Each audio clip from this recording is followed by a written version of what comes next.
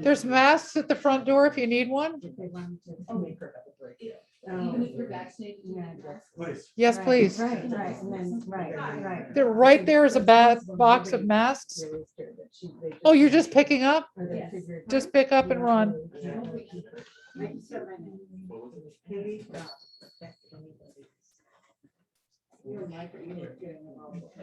Right, and they needed, I mean, but you know, brand was part of the economy, and so that was probably part of it too. But nobody knows, you know, it's just all so murky and sketchy. I mean, that's a great thing to just. And even, thinking that it matters, is it already time or not?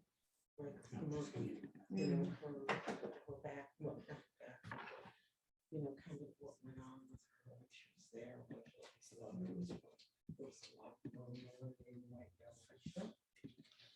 Nobody really knows what happened, no, Hadley, of course, we know. right. Her husband used it for material, practically. Well, I would have done this as a nonfiction book had there been enough material, you know, but there wasn't. There was You just guys, nothing you wrong. So all the guys gotta stop. Okay, stop talking. Where's Brahma? Where's She's Anna? coming from work. Oh, she's coming from work. Oh, I thought she was parking the She car. teaches in Portchester. Oh. Yeah, I mean, I think Oh, she oh, is. She's that's okay. probably- Oh, I thought she was Let's parking see, the I car. can see where she is. She's, Yeah, well, actually, show you because the app will show you. yeah, thank you. Oh, she's in Bethel.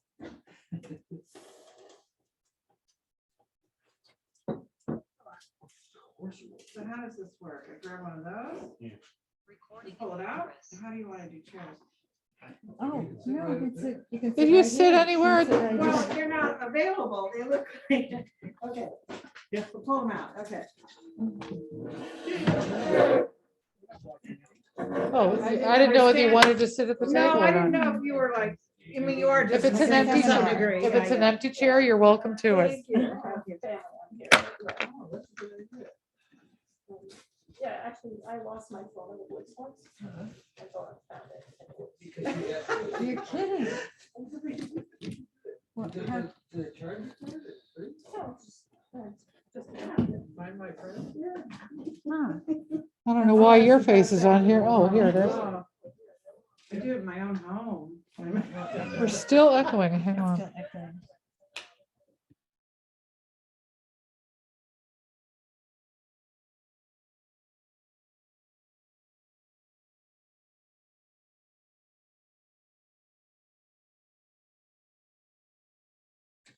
Can you hear?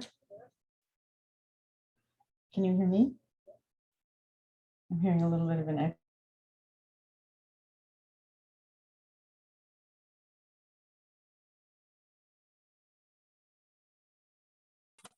Does that work? Oh, no. Does it work now? Yes. Can- Now I've okay. muted my computer. Now Yeah. we've got it. Okay. Holy There's mackerel. Brana, there's us. Hey, hey. How are you? No, I didn't know you could bring your dog. Evidently, I thought of this dog isn't as happy with other dogs, so we're just fine. Oh, listen, my dog doesn't like it. He's a dachshund, so I don't take him anywhere. So eager to be in a bookstore. I know, he thinks this is for him. Do you need water for said dog? Oh, we're okay, thank you. He Okay. has some in his car. We're gonna sit. A man that wears. That's, I love how bold a statement that is. He's not afraid to wear. We're gonna relax. I'm very excited to see it. Can we go around the room and introduce ourselves? We did. So excited. So what I'm gonna do is put the passcode on the. Yeah, but you can do it.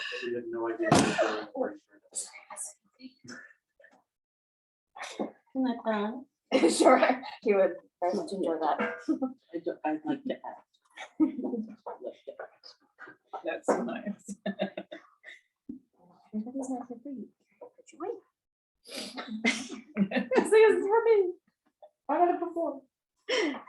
mind if we go around and get everybody's let's do name? that. Nancy? Nancy Lombardo, Brona Daly. Dinah Daly. Dick Babcock. There you go. Katie Dobbs. Katie Dobbs. That's my son Stephen, and I'm Alice. And as people are signing on, we do have it recording, so we're ready to go. And I am thrilled that you all made it. This is our first live event since, the before times. And so we just figured we'd start here. Gioia was gracious enough to offer to come here from how long it took you to get here. But I'm so glad that you're in Connecticut, because there's so many people in Connecticut that, little bits of talent all over the place that we don't discover until you're on our map. So thank you so much for coming.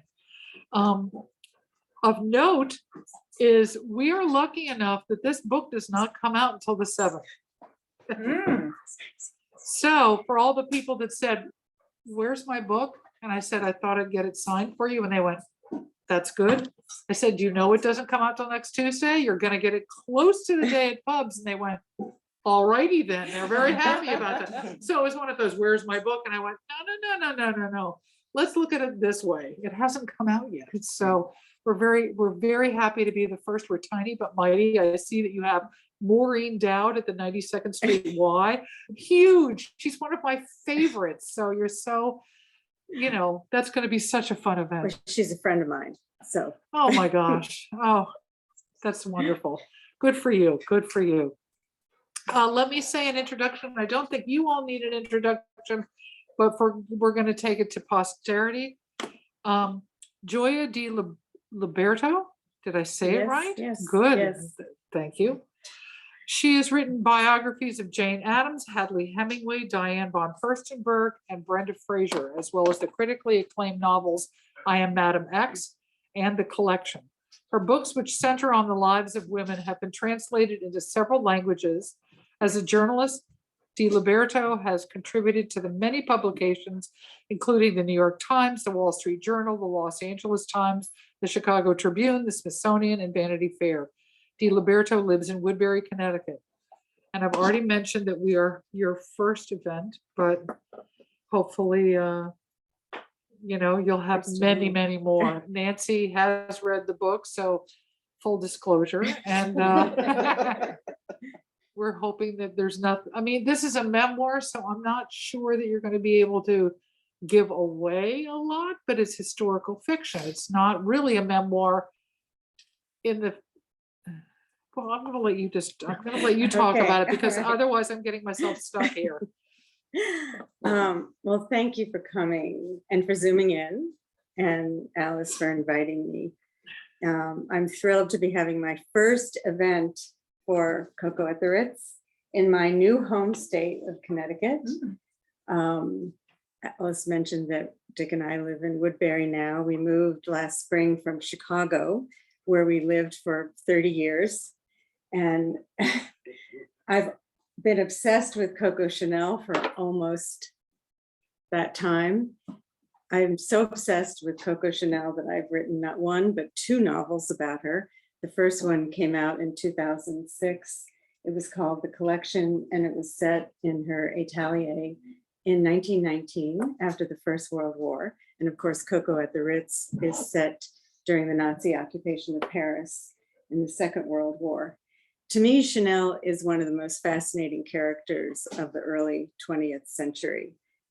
Hers is a great rags to riches story, or I should say a rags to couture story. And Nancy, you probably know something about her life from all the reading that you've done. She was born into poverty, and her mother died when she was 12, and her father put her and her sisters in a grim orphanage in the French countryside. When she was 18, she went to work in a tailoring shop in Moulins, which was a town that had a regiment of aristocratic, wealthy young men, and she became the mistress of one of those young men, and it was her introduction to a world of wealth and society. And from there, this young man and her subsequent lover, Boy Capel, helped her start a hat business in Paris. And from there, she started her fashion business and wedged herself into the world of power and money and artistic achievement in Paris, which was hardly a society conducive to upward mobility. And she did it at a time when women had no status in society. And the only way they could advance basically was through marriage. Women didn't even have the right to vote in France until July 1944, which was 25 years after women got the Wow. right to vote in America. But my initial interest in Chanel was aesthetic. I admired her visionary approach to style and fashion and admired what she had accomplished in revolutionizing fashion and getting women out of corsets and their cumbersome clothes and getting them to bob their hair and get rid of their hairpins. And also I was fascinated by the connections between what Chanel was doing in fashion and what others were doing in other arts. She was really part of the modernist movement that was swirling through the world at the time in all of the arts, music, writing, architecture. And what she did in terms of breaking the mold of the old and creating something new was akin to what Hemingway did in writing and what Stravinsky did in music and what Picasso did in painting. In fact, she had an affair with Stravinsky and she worked with Picasso. She designed the Wow. costumes and he designed the sets for a production of Antigone that Jean Cocteau did. And Chanel would have liked to have also had an affair with Picasso, but she was exactly the kind of aggressive, strong, independent woman that he avoided like the plague. That was never going to happen. Another thing that attracted me to writing about her was that she was one of these people, and they exist in every era, who in their personality and accomplishments and flaws seem to symbolize the spirit of their age. She accomplished so much against such great odds, and yet her legacy has been horribly tarnished by the way she behaved during the war, during World War II. I first learned about Chanel's arrest and interrogation on charges of treason when I was researching my 2006 book that was set during World War I. And it just astounded me that one morning, 2 soldiers from the French Forces of the Interior, which was the loose band of resistance fighters, ex-soldiers, and ordinary citizens who'd taken up arms in the wake of the liberation of Paris, went to the Ritz, got Chanel out of her suite, stuffed her into a Jeep, and took her who knows where and questioned her. And then they released her. And this was at a time when these guys, the FFI as they were known, were going around France, grabbing women who had slept with Germans and sometimes who had just been rumored to have slept with Germans. And they were shaving their heads and stripping them naked and parading them through the streets and beating them up and throwing them into prison sometimes. And Chanel escaped somehow. This incident struck me as the most fascinating moment in her fascinating life. And yet nothing was known about it and nothing was written about it. And the myriad books about Chanel, this incident is maybe a sentence or 2 sentences. And part of this is because of the scant record, and part of it is because of Chanel's obfuscation. She didn't leave any letters or diaries or a memoir that might have offered clues to what happened. And she also bribed people to keep her out of their memoirs. And so there was this silence about the whole thing. And I really wanted to know, what happened? Where was she taken? What was said during that interrogation? Why was she released when so many other women weren't? So my first rule in writing historical fiction is to not contradict the known truth. And because so little was known here, I had great latitude to invent. And Still, though, I researched the heck out of it. So I read everything I could about Chanel and about the occupation. I read biographies of all of the characters in the book, like Jean Cocteau and Picasso and the poet Max Jacob, read Max Jacob's poetry. And some things are known about how she behaved during the war. What we do know, first of all, is that she fled Paris with thousands of other people when the Germans first came to the city. And she went to her nephew's house that she had bought in the countryside, her nephew, André Palas, who was the son of her deceased sister, Gioia. And while she was there, Chanel and André was in the French army. And while she was with André's wife and children, they learned that he had been taken prisoner of war. So Chanel rushed back to Paris to see what she could do about having him released. And she gets to the Ritz and there's a giant swastika hanging over the front door. And her suite has been taken over by the Germans and she's relegated to what they have decided is the French side of the hotel, the less desirable side, the Rue Cambon side. And she's got these two little maids' rooms under the eaves. And around that time when she got back, she encountered Spots von Dinklage. Chanel was never long without a lover. And he was the available man. He was handsome and sophisticated, 13 years her junior. She was 60 at the time. Oh, nicely done. He didn't wear a uniform. In fact, he had lived in Paris for 20 years. He was an embassy attaché, which was a cover, for his spying activities. And she, in fact, probably met him before the war at parties and encountered him socially. It was easy on the one hand for her to fool herself that he wasn't really a Nazi, but he was an enemy of France. He was a member of the Nazi Party. And another woman who wasn't so opportunistic might have thought, I don't care how handsome he is, how debonair, I'm not going to get involved with him. It's probably not a good idea, but Chanel did, and they were living together at the Ritz. And I think, though, that it was weakness and opportunism more than wickedness that led her into Spots's arms, because she did many far worse things during the war than sleep with him, which I write about in my book. And in one of her most dishonorable moments, she tried to use the Nazi race laws to wrest control of her perfume company from her Jewish partners, Pierre and Paul Wertheimer. By this time, at the start of the war, she no longer had a fashion business. She had closed her fashion ateliers in 1939 at the start of right before war came. And so all that was left really was the boutique where she sold perfume and some accessories, but the perfume was how they were all making their money.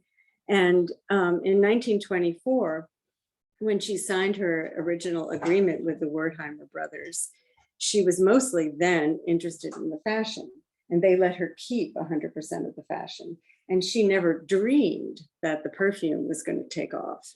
And it did. It became this huge global sensation. It's the most popular perfume in the history of the world. Apparently, every 30 seconds, someone somewhere in the world buys a bottle of Chanel No. 5 to this day. And as soon as she saw that it was this phenomenon, she wanted more of the profits, and she started feeling like she was cheated. And she began suing the brothers, lawsuit after lawsuit after lawsuit, and nothing ever came of it. And then when the Nazis were taking Jewish businesses, she thought, aha, I can go to them and I can say, they've left town, they fled. So they weren't in danger. They were in New York. And they had taken the formula for Chanel No. 5 with them. And they'd also managed to smuggle out of France a lot of jasmine extract, which is a key ingredient of Chanel No. 5. And so they were manufacturing Chanel No. 5 from Hoboken, New Jersey. But she went to the Gestapo and she said, it's the owners are Jewish and they've abandoned the company. and I'm a Christian French woman, and I should have it all. But the Wertheimers outsmarted her, and they arranged to have their shares transferred to an Aryan businessman named Felix Amiot, who was making airplanes for the Germans. And the quid pro quo there was that he would give the shares back to them after the war, the Allies won, and that they would protect him because he was a collaborator. He was making airplanes for the Germans. But the Wertheimers are collaborating with the collaborator. So you can see how nobody is morally pure in this story. And that, in fact, is one of the things that really drew me to it and that I wanted to explore was the ambiguities of wartime morality. The occupation offered this stark contrast between good and evil. And yet few people are heroes of resistance or villains of collaboration. Most people are like the writer André Gide said, like old battered shoes, just trying to survive swimming through murky waters. And I was really interested in exploring, what it meant to live during that time. And because we all wonder what we would do, what choices that we would make.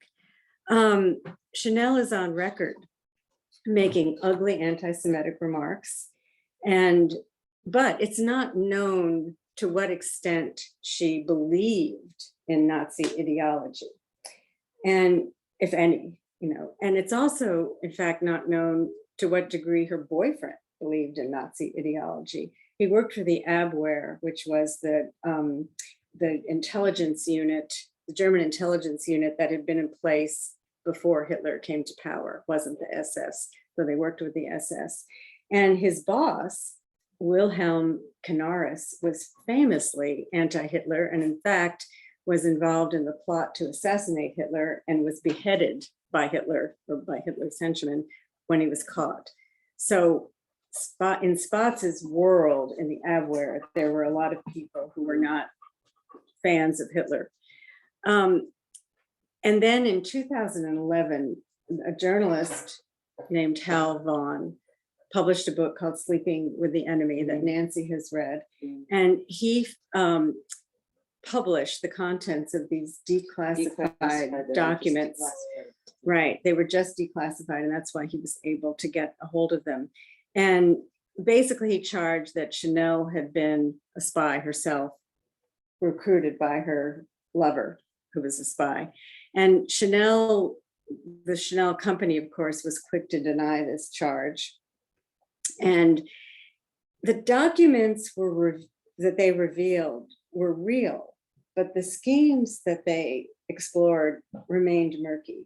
The schemes included Chanel's efforts to safeguard her assets and this harebrained plot, which I also write about, in which Spatz and Chanel schemed to somehow contact Winston Churchill, who was a friend of Chanel's, and broker a separate peace. Today, on the Chanel website, there is no mention at all of Spatz. Oh, And in the timeline of her life, World War II is just a big blank. In Chanel's many extravagant promotional films that are done with Hollywood production values and famous actresses like Nicole Kidman and Keira Knightley and Kristen Stewart, there's no mention of Spatz except in one movie, one 11-minute film that the late Karl Lagerfeld directed in 2015. And it's a faux biopic. And Kristen Stewart plays an actress playing Chanel. And there's a meeting with Kristen Stewart and some of the cast and the director. And the Kristen Stewart character says, "Is Spatz going to be in the movie? He's the most interesting thing about her." And the director, the actor playing the director, says, "No, we are only going to talk about the happy and successful parts of her life." And that basically sums up how Chanel regards Coco's history. And after all, they're a multi-billion-dollar corporation, and their success depends on the sense of chic that their products, lipsticks, handbags, perfume, clothes, confer on women. And no one knew better than Coco Chanel that fashion was a form of escapism, as the legendary Vogue editor Diana Vreeland described it. Fashion is the most intoxicating release from the banality of the world. Anyway, Chanel gets released from her interrogation, unlike a lot of women who, as I said, were thrown in prison after they had their heads shaved. And she skedaddles. She gets out of town. She goes to Switzerland, where she lives in exile for 10 years. And the Wertheimers were worried that if Chanel kept suing them, and if there were stories in the press, it was going to come out how she had behaved during the war, and people were going to be looking at her closely and looking at her behavior closely, and the brand was going to take a big hit. So they decided that they better make her happy. And yeah, they basically bought her out, and they settled with her. They conferred on her a huge amount of money. They basically agreed to pay for her life, including her taxes. And also they were going to bankroll her restarting her fashion business, which she wanted to do. She was very bored in Switzerland. So she went back to Paris, and at the age of 71, which is ancient in fashion, she went back to work. And her first collection in 1954, the collection in which she introduced the boucle suit that we all think of as the iconic Chanel item of clothing, bombed in France. Because the Parisians knew about her personal life and they weren't going to forgive her, and they panned the collection. But in America, Americans were largely ignorant of how Chanel had behaved during the war, and they celebrated this return as the second coming of the fashion messiah. And gradually the French kind of came back into the fold too. So I'm eager to take your questions, but I thought I would read to you first just a little bit of the opening scene of the book. Please.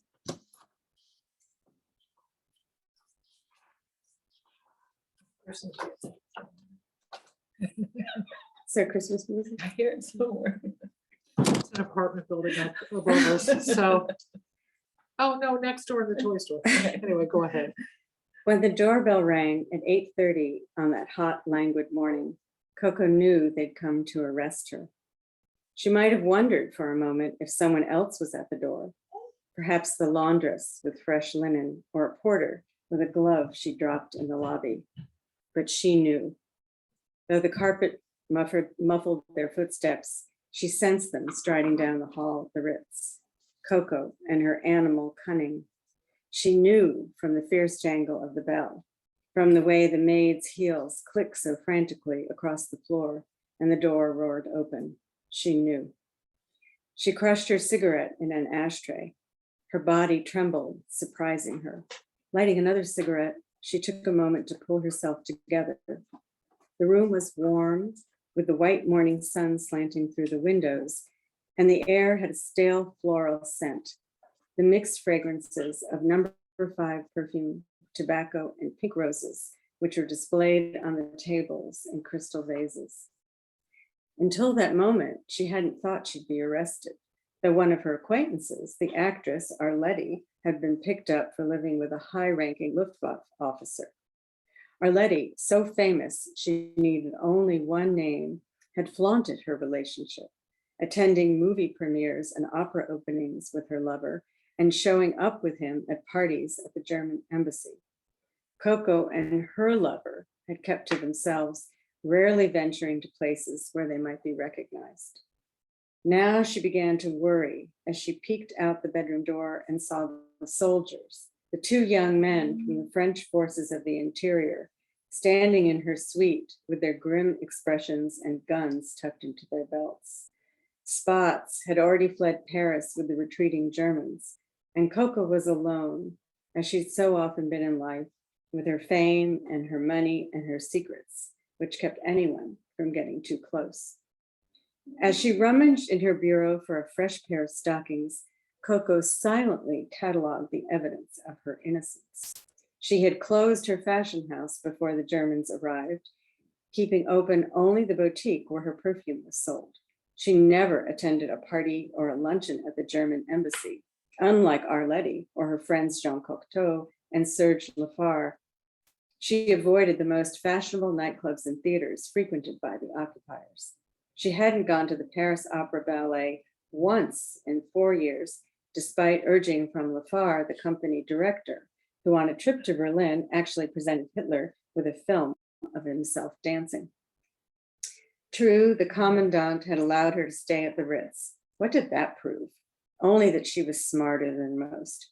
She knew how to get what she wanted.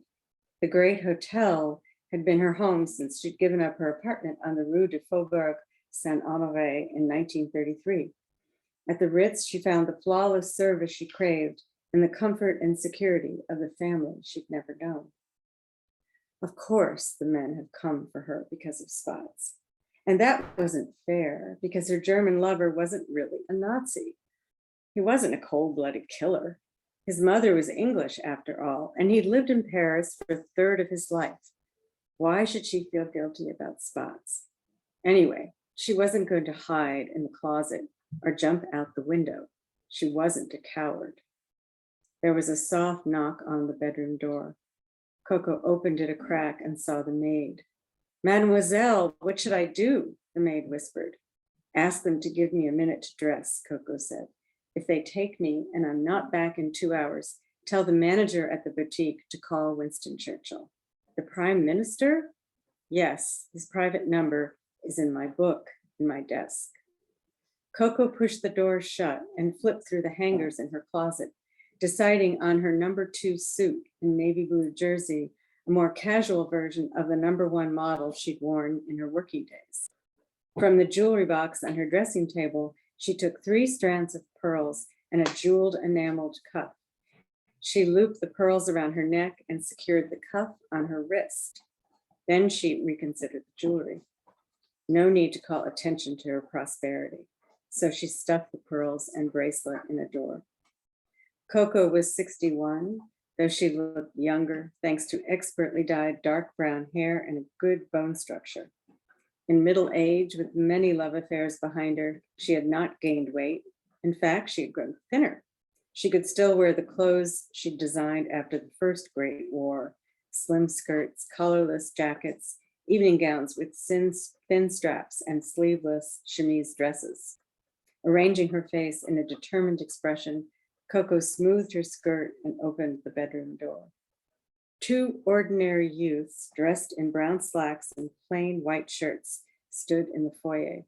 She eyed the shiny pistols jammed into their belts. Their shirts flashed armbands emblazoned with FFI and the Cross of the Lorraine, the symbol of the French forces of the interior, the loose band of resistance fighters, soldiers, and private citizens who'd taken up arms in the aftermath of the Germans' departure. "Gabrielle Chanel, come with us," said the taller youth. He had a spray of adolescent pimples on his cheeks, but his fine brown hair was already thinning. "By whose order?" she asked, louder than she intended. "The people of France and the victims of fascism," said the second youth. He was short and stocky and looked even younger than his partner, with smooth pink cheeks and curly chestnut hair. The maid was sobbing now, her face buried in her hands. "Do you have any identification?" Coco demanded. They would never see her cry. "You must come with us," said the taller youth. "Who gave you your orders? If you don't come voluntarily, we'll take you by force." Coco clasped her hands to stop them from trembling. "On what charge?" The taller boy spoke in a harsh, unflinching voice. "Treason." Ooh, I could see the movie.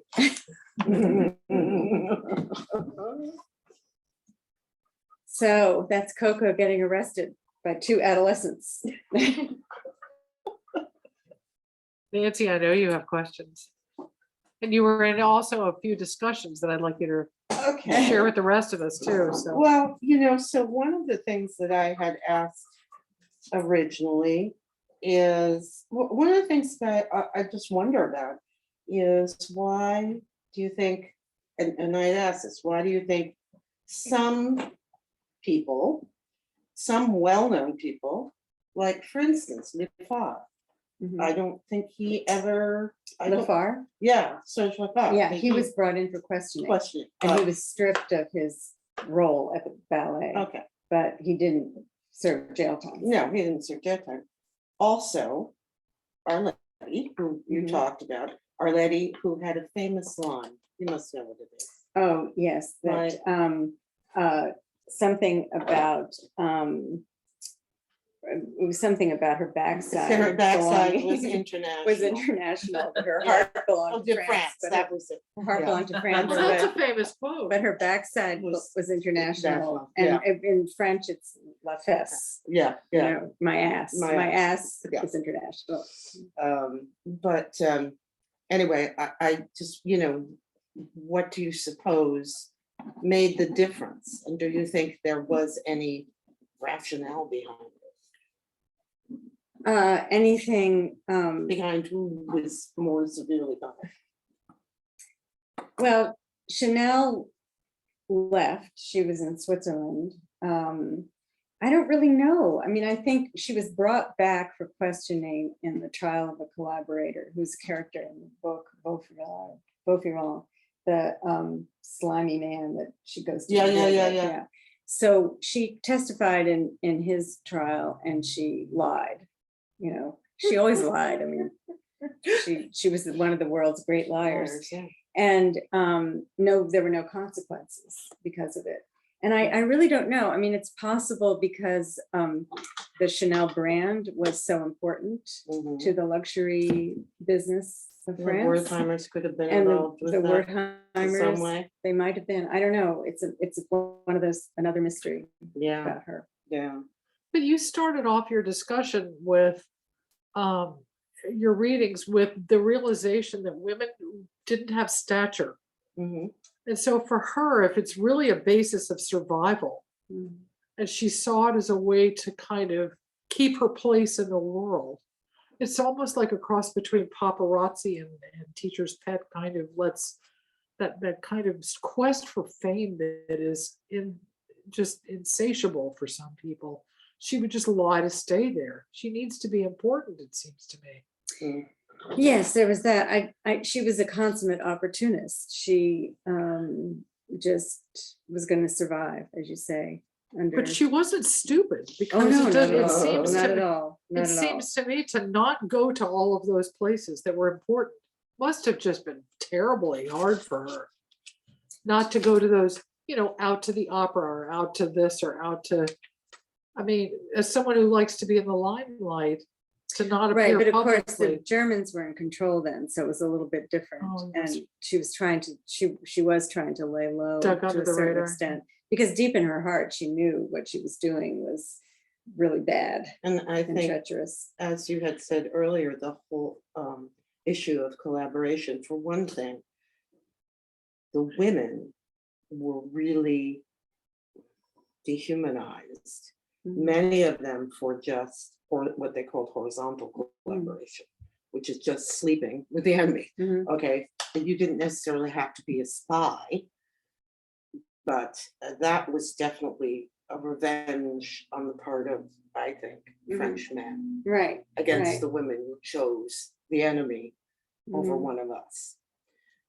So, I think that comes into play with the way that the people were treated afterwards too. The other thing that I had written here,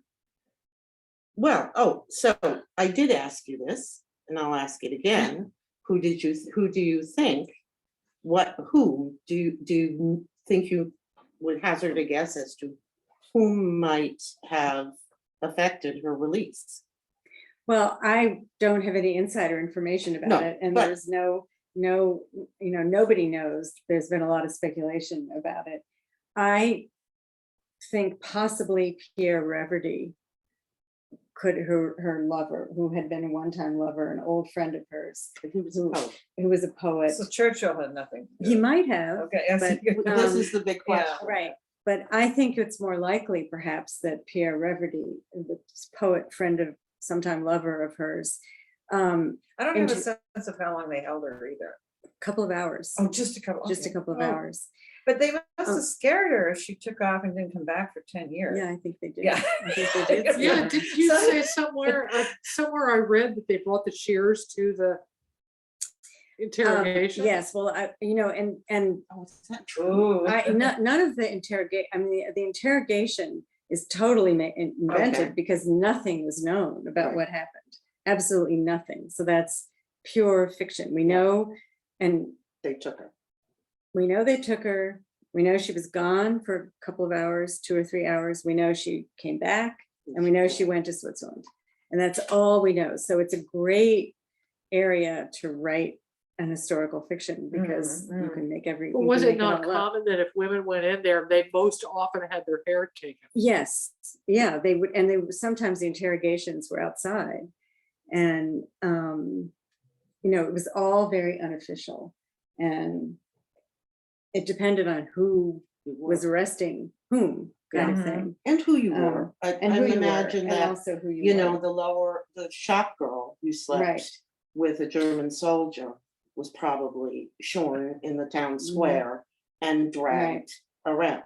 Right, Whereas somebody like Chanel was not. Right. But it doesn't mean that they didn't reserve the right to scare the pants off of her, right, which may have been just what they wanted to do. right. That's what I was saying. Maybe it was just Right. to rattle her enough, And To then leave they, town. or else to get information from her. right? You know, She and when spoke they- to what she knew, right, how and much when- she knew. And when they realized that she wasn't going to give anything up, they let her go. But it's also possible that Pierre Reverdy, who was in the resistance, made a call, or that she called him and he made a call, because he would have perhaps known how to get to the people who had arrested her. Yeah, yeah. Is anybody on there have any questions? Got any hands? Her real name was Gabrielle, Her real name was Gabrielle, so and she was Gabby. she was Chanel. Gabby. Yeah, Gabby Chanel. she was Gabby. And her best friend, Misia Serre, never liked calling her Coco. So she always called her Gabrielle, and Cocteau always called her Chanel. No questions? Not at this point. Okay. So this is something that I was reading and I don't think it's off topic of the book necessarily, but about the Nazis' attempt to appropriate French culture and to make it German. Yes. This, I think, is something that we see in the book because they're telling her, come to Berlin, open a shop in Berlin. Mhm. They come in her store. They definitely, but the interesting thing is the cultural appropriation. They want what is French, Mhm. but they want somehow to make you believe that now it's German. Right, right. Which is really messed up. And I think there's I have a line in the book that they would have stolen the Paris Spring. If they Yeah, had been able to yes. do that. And in fact, one of the things that set me on the course towards writing this book was when Dick and I were in Paris after my first Chanel novel was published. We went to a museum that was devoted to the resistance hero Jean Moulin. You know who Jean Moulin is. And Dick spotted it. He was looking at this wall of newspaper clippings from the Nazi-controlled Parisian press. So it was all French newspapers, the Petit Parisien and Figaro, and they were real French newspapers, but they were propaganda organs because the Germans were running them at the time. And there was in Ce Soir, which was an evening newspaper, there was this front page article about Coco Chanel with an illustration of her. I write about this. in the You do, book, you yeah. see, yeah. And that was real. That was something that existed. And it was underneath a banner headline about de Gaulle, who was in England, being sentenced to death in absentia. So there was this banner headline about de Gaulle being sentenced to death in absentia. And then underneath it, this drawing of Coco Chanel and an interview with Coco Chanel in which she talks about reopening her fashion house. Mm. So she was thinking, she had actually entertained the idea of opening her fashion house underneath the Germans. She never did, of course, but they wanted to, they were talking about moving couture to Berlin, just, Wow. taking it out of Paris entirely. Mm. And a lot of designers had closed their shops. But then others stayed open, but they had to work under these draconian conditions where the Germans dictated how much fabric they could use for a dress and the number of buttons, and most of the Was luxury fabrics were already requisitioned. Was Schiaparelli, did Schiaparelli have No, a house she- at this time, or did she come later? Yes, she did. She was Chanel's big rival. Yeah, I know, in the that's why I 30s. couldn't remember Right. the timing of that. So Yeah. she was after the war. No, Schiaparelli, did she have a Schiaparelli house? had a house and And stayed closed. open. Oh, She she- stayed no, open, she but stayed- Schiaparelli went to She New left. York. Yeah, she left. But for a while, her house was open during the war. And Jacques Fath and Lucien Lelong, who was the head of the, Well, and Louis Vuitton. and yes, yeah, I Vuitton know. was Right, collaborated. right.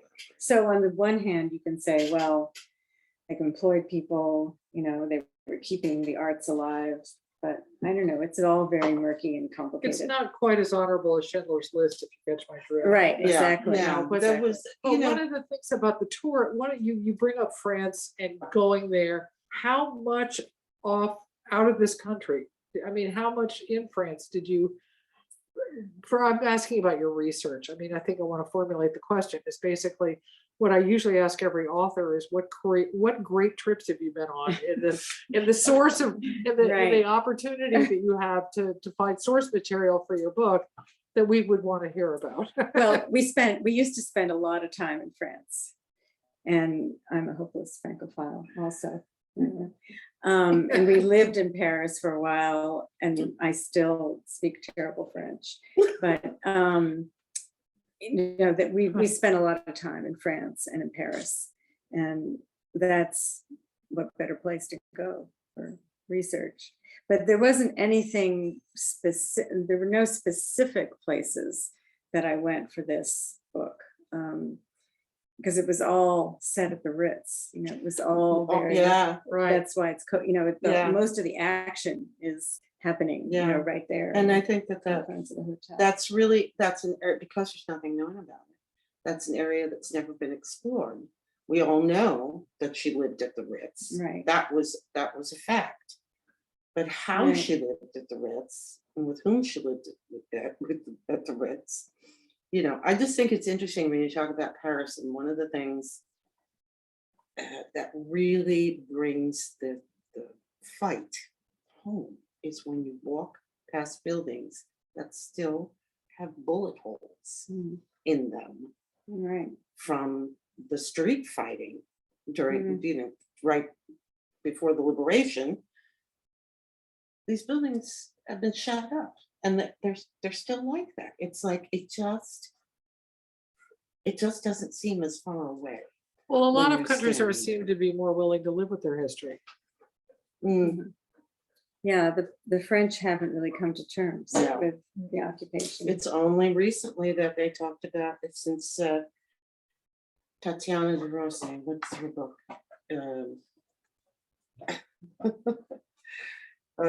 They made it into a movie, and it was the little girl who locked her brother away in the cabinet. That's Come a on. sad movie. Key- It's a sad book. What Key, is it? Sarah's Key. Key, Oh, right, my Sarah's Lord, Key. thank goodness. Here I am trying to look it up. Okay, so that was about the Val d'Isère, Mhm. and that, Yeah, that was a horrible, it was awful. It was French people, right. and It was Pierre Lavelle who yeah, well, he got his. wrote, I'm right, who also wrote the, tripping on memories from the Academy movie with Daniel Day-Lewis Mhm. and the Couture House, in which I remember The reading. one thread, whatever. it is, Thank something- you, some- yes, Something thread. Thread. no, No, no. The Daniel Day-Lewis with Something the thread. Turk. Yeah. But I remember reading a lot about that it was based on research that the Nazis kept this pretend couture Mhm. house going because they wanted the clothes, and they would have the soldier, the women come in, the wives of the, Mhm. and they kept them in business just so they could have the clothing too. Mm. right, but it wasn't the same because the Nazis had requisitioned so much fabric and material for, the troops and for Now, how did she themselves. meet her not Nazi boyfriend? Or maybe not Nazi. Sabo, is it? So, what's his name? Spots? Spots, sorry, Right. yeah. How did Do she you- meet him? Yeah, do you know anything about that meeting? Well, no, nobody knows, Okay, okay. except that she did meet him. Okay. And but people who've looked at it think that she met him before the war, Okay. so they were- because he was in France and, And so then he did his own choices how to get through it, and, yeah. well, he was living there. He didn't want to leave, who wants to leave Paris? To go to where Um, were they threatening? to But he send did, him? Istanbul. in Istanbul, right. That's pretty cool. But he was in Toulon, Mhm. which was near a French naval base for a while before he In the met, south, it's a lovely area. right, before he met Chanel, and he had another French lover. But he got into big trouble. He got her into big trouble because she was also a drug addict. She's in the book too, Mhm. Helen de Sophie. So he'd been spying and ingratiating himself with the French upper classes for 20 years. Oh, And okay. interestingly, his wife, whom he had divorced by the time Chanel met him, was half Jewish. And in fact, he probably divorced her because of that, because once the laws were passed Oh my that God. against Aryans marrying Jews. There were difficult choices that had to be made, and most people just wanted to live. The average person just wanted to live. If you had a shop and you sold to Germans, well, you sold to Germans because they came into your shop and you needed the money to live. And I think in the frenzy of the liberation, it didn't matter whether, in the end, if you sold to Germans, if you slept with the German, if you had anything to do with the German. But she You was were famous, allowed. so that has to be a double standard. That has to be, I mean, they wanted her, it's one of those come here but stay there kind of thing. I mean, Well, we have friends who to this day, French friends who to this day talk about how that family that lived next door to my mother, I'm thinking of the Todiers, that family that lived next door to my mother, they were collaborators. I mean, this is how many years later? So it's still casts a pall. Well, over and things. this is just, I always think of this when I'm reading about this period of time. My father-in-law was in Patton's Fourth Army Division. He came across, actually, he was with them when they liberated whatever. Anyway, he traveled all across France and Belgium. I don't know if he was in Paris when it was liberated. I think they came in later. But I always remember him saying, yeah, everybody in France was in the resistance. Right. Okay, because at the end, that's what you said. Right. Right. There were, and the way he said it, and the look on his face was, you knew there were a lot of people collaborating. Or I had to work with the Germans at the very least. Making an accommodation of some kind. Yeah, there's a very interesting Netflix series, which I don't know if you've seen, but in a Francophone, maybe. The Village. Yes. Okay. Oh, yes, I've seen it. I'll tell you, that show really says it all. You see the people who actively collaborated. You see the people who had to make a living and it turned out they collaborated. You see the people who were trying to help their people by dealing with the Germans, like the mayor of the town, who end up being on trial, but it's It's fascinating. yeah, it's a very The complicated. French Village. It's a really beautiful series. And France is really just coming to terms with it in the last maybe 15 years, 20 years. you basically have to lose an entire generation and a half to have a And lot that of it. maybe, yeah. I mean, you have similar kinds of pain with the Irish and who stayed and who didn't during the famine.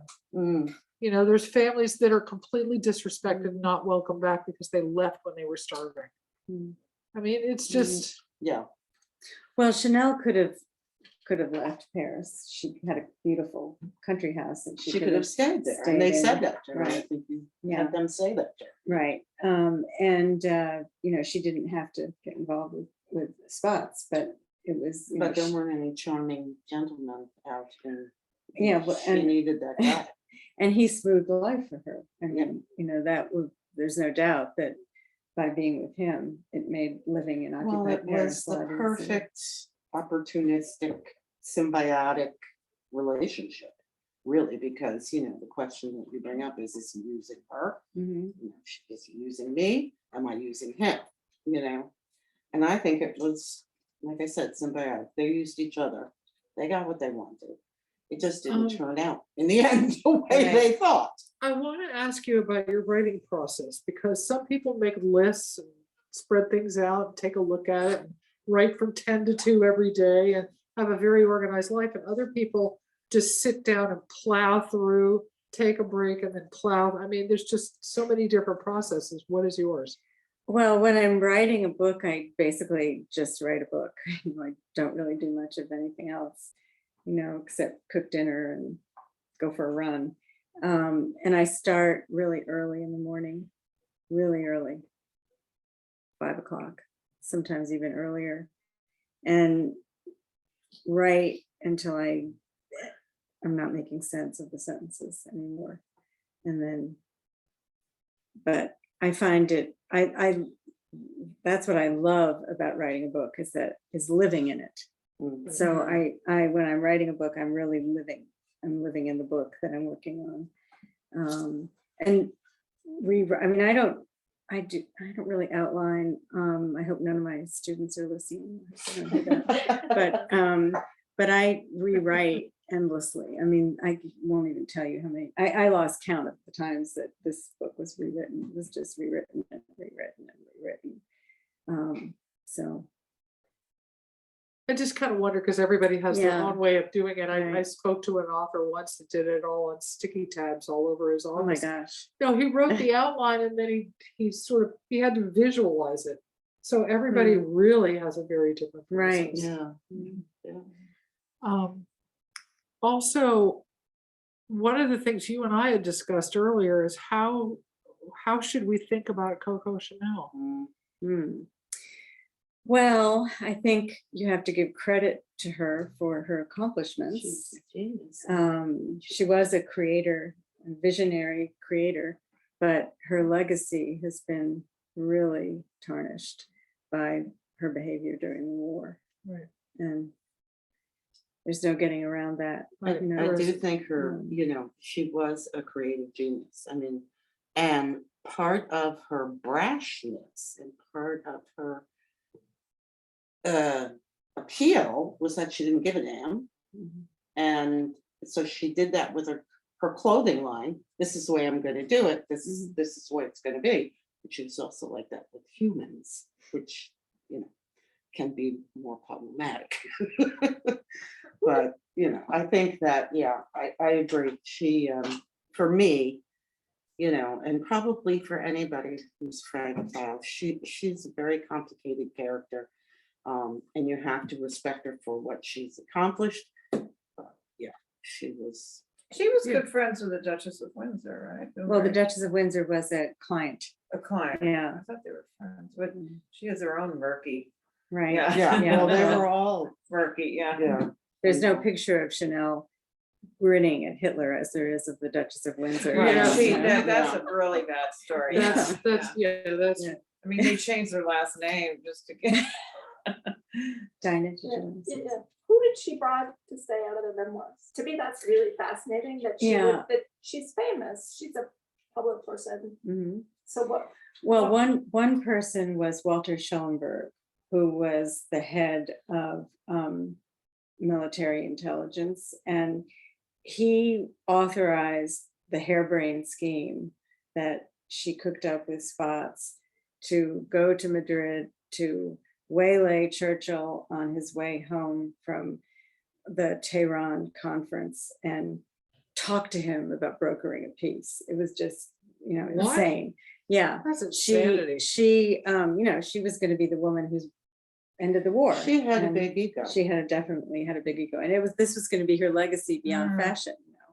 And so Schellenberg was arrested after the war and was tried at Nuremberg.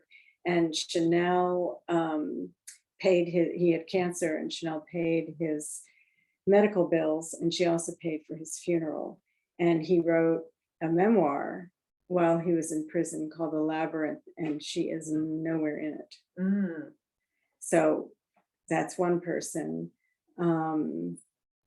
There were others too. Telling, What? it's telling. Oh, also Caesar Ritz, who was the owner of the The Ritz Ritz, Hotel. Big, huge, thick memoir.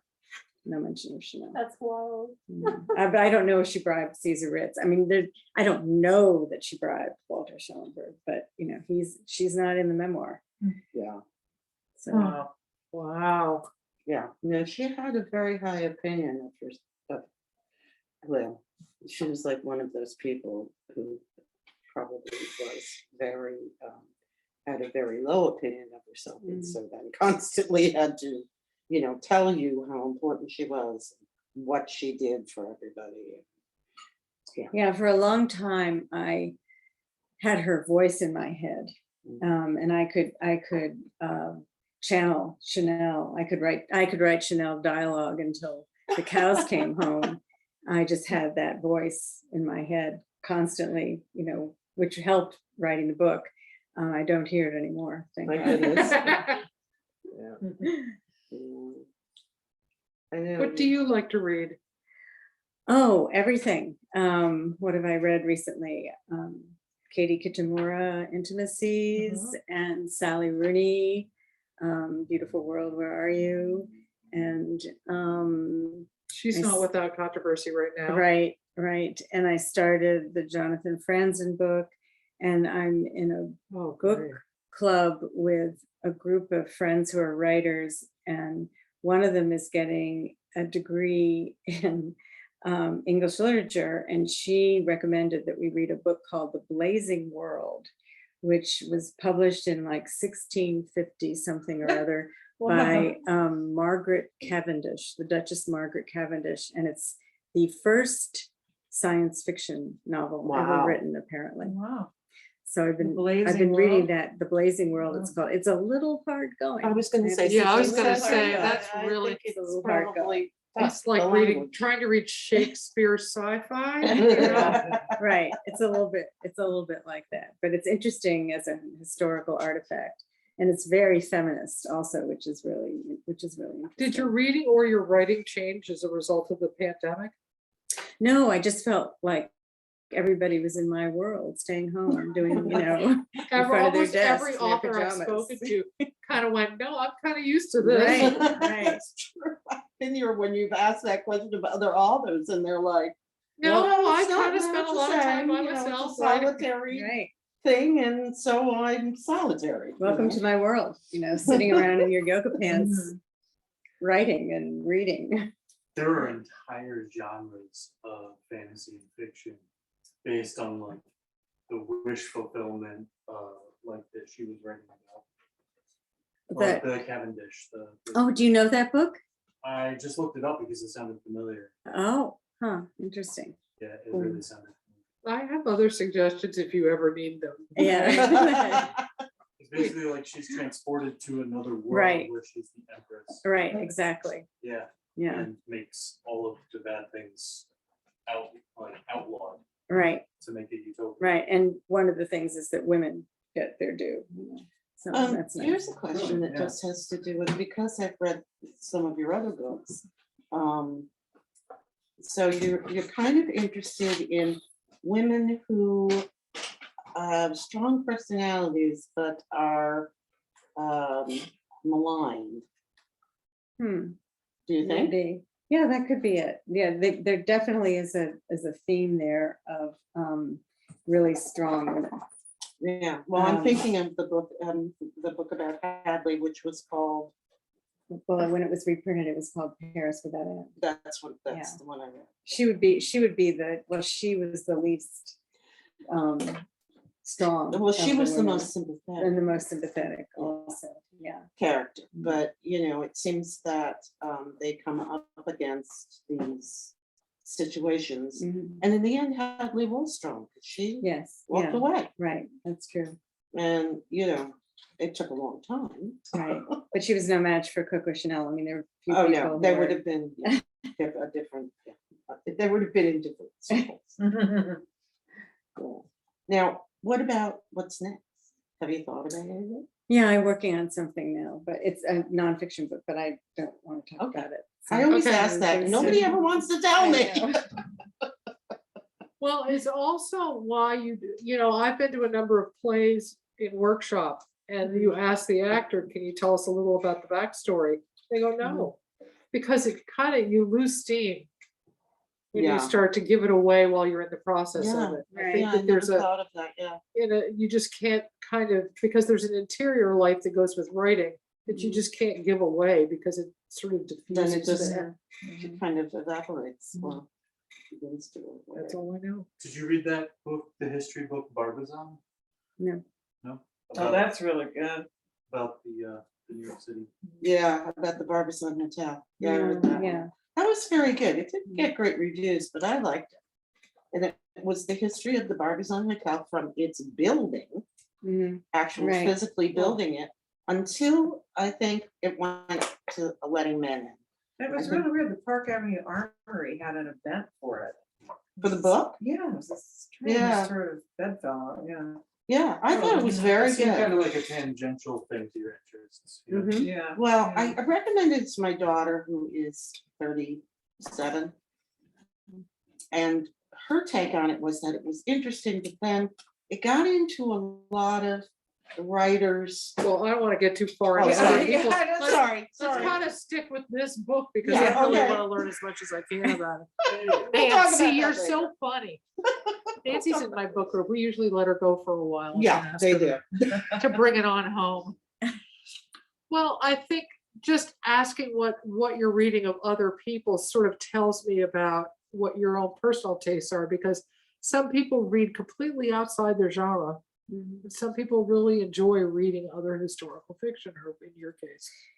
Yeah, well, I don't really read that much historical fiction, except, another book that I love that I guess was sort of historical fiction was The Great Circle by Maggie Shipstead. Oh, yeah. She's a writer I love. I've read all her books. And of course, I love The Gentleman from Moscow. That's yeah. historical fiction, you know, so, but I'm not reading a lot of books about, and I haven't yet read Lauren Groff's Matrix, but I do want to read that. Yeah. So I guess I do read a lot of historical fiction, but I don't You read. tend to read more nonfiction Well, because it gives you. No, I read more fiction, actually. I tend to read more fiction. I'm trying to think of what else I've read. That's that quite would- a bit, that would- actually. that would be considered historical fiction. I can't think of anything I was except for what I just mentioned. No. I just getting a flavor for what you read is always a little bit more about you. So Mm. that's one of the reasons I always ask. There's so many books that come out at this time of year.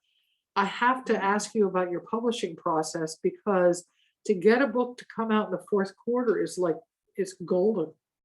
I Oh. mean, September, October, November, December is when 40% of our business is. Mhm. I mean, it's really the time of year where people are really interested in what's coming out. All of the Well, all the cookbooks, book lists come out. all the book lists come Yeah, out. yeah. October is when all of the cookbooks come out. Mhm. And so then November and October, November, December, it's the holidays. And people, I mean, we've had, with the pandemic, let me just give you an example. Hachette, which is one of the big six, just sent an email out last week saying, I just want to let you know, we are 1.5 million pieces behind in delivery. The day I place an order right now, it'll take us 3 weeks to enter it into the system, a week to fulfill it, and 2 weeks to get here. Wow. Ooh, So if I did not order last week, I would not, I'm not, there's 3 or 4 major titles that I'm just not going to get. but you have my book. Yes, and that's why I'm complimenting you on the fact that Yours was a seamless process, because when we found out about this book and we put this together, and I called my rep and we placed the order, it was like no big deal. But there's nothing else coming from that publisher because we ordered this in what, August or September. You got ahead And of them. so Yeah. we got ahead of it. And I think that that's going to be sort of the trend now in the book industry of almost pre-ordering everything that we want. And so bravo, I should say. Well, thank my publisher for, But that is publishing. really prescient because you have no idea. There were 6 months last year where I could not get Make Way for Ducklings because it's in a printing queue. There's 5 major printers in China and 2 are gone. And one of the dear. ports is closed and Hmm. no one's coming across the ocean and no one's unloading the boats. So somewhere in that process are a lot of books. You know, Rose Berenbaum just had her book postponed a year. She's a famous chef. And so, and then there's other successes. So your publisher really is all over it. And I'm really glad for you because I started reading it. I'm looking forward to finishing it. I will read in the first quarter of next year Will it be an audiobook? yes, it's going to be an Yeah. audiobook. because I could not find it great. yet. It's not, it hasn't been released. Well, the book isn't out. Yeah, right. As That's Alex right, was right. saying, until the 7th, until next Tuesday. And I don't know that the audiobook is going to be ready by then. I don't think so I don't because think Libro so. FM is the independent book Right. version of, the dreaded Mhm. A or Voldemort or whatever you want to call it, Amazon. So we don't go to Audible. We have all the independents have their own. For Libro FM is what we use because, and then we use an e-reader service so that we don't have to ever touch Jeff Bezos's universe. Good for you. Well, he But doesn't they- like us, so we're just kind of. But they can turn the audiobook around pretty quickly. I think. Yes, Oh, they yeah. can. So I think it's happening soon. And I've had several foreign sales. So, and I hope Great. more. Yeah. Now, So who's it's reading good. your book? Who are you? No, I don't know who's going to read it, but I love the author, the reader who read Paris Without End, my Oh, book about okay. Hadley. And so if they ask me, I'm going to request that she read it. There's also whoever did Martha Hall Kelly's books was really good. Yes. Martha Hall Kelly. Martha Hall Kelly wrote Lilac Girls, Lost Oh. Roses, Sunflower Sisters. Martha Hall Kelly. Okay, I'll remember that. Her narrator was very marvelous. Yeah. Well, I don't know if I'll get to choose. So Yeah, if that's the other I'll thing. keep that in No, I mind. just figured if you were gonna Yeah. put a word in. Right. Well, I got to choose for the Paris Without End. So That's they good. might, Oh, they awesome. might let me choose again because I did not like the narrator of I Am Madam X. I didn't listen to Yeah, that she one. I read it. sounded too. Lurido. She just sounded phony to me. Mm. So. Oh, that's too bad. Yeah, Well- but I hope she's not listening. But the good news in book world, and I'm on Zoom calls about once a week with the New England Independent Booksellers Association. And all of us don't tell anybody, but our numbers are up. Good. And of course, you're going to push this when you talk to them next, aren't you? Yes, of Big course I time.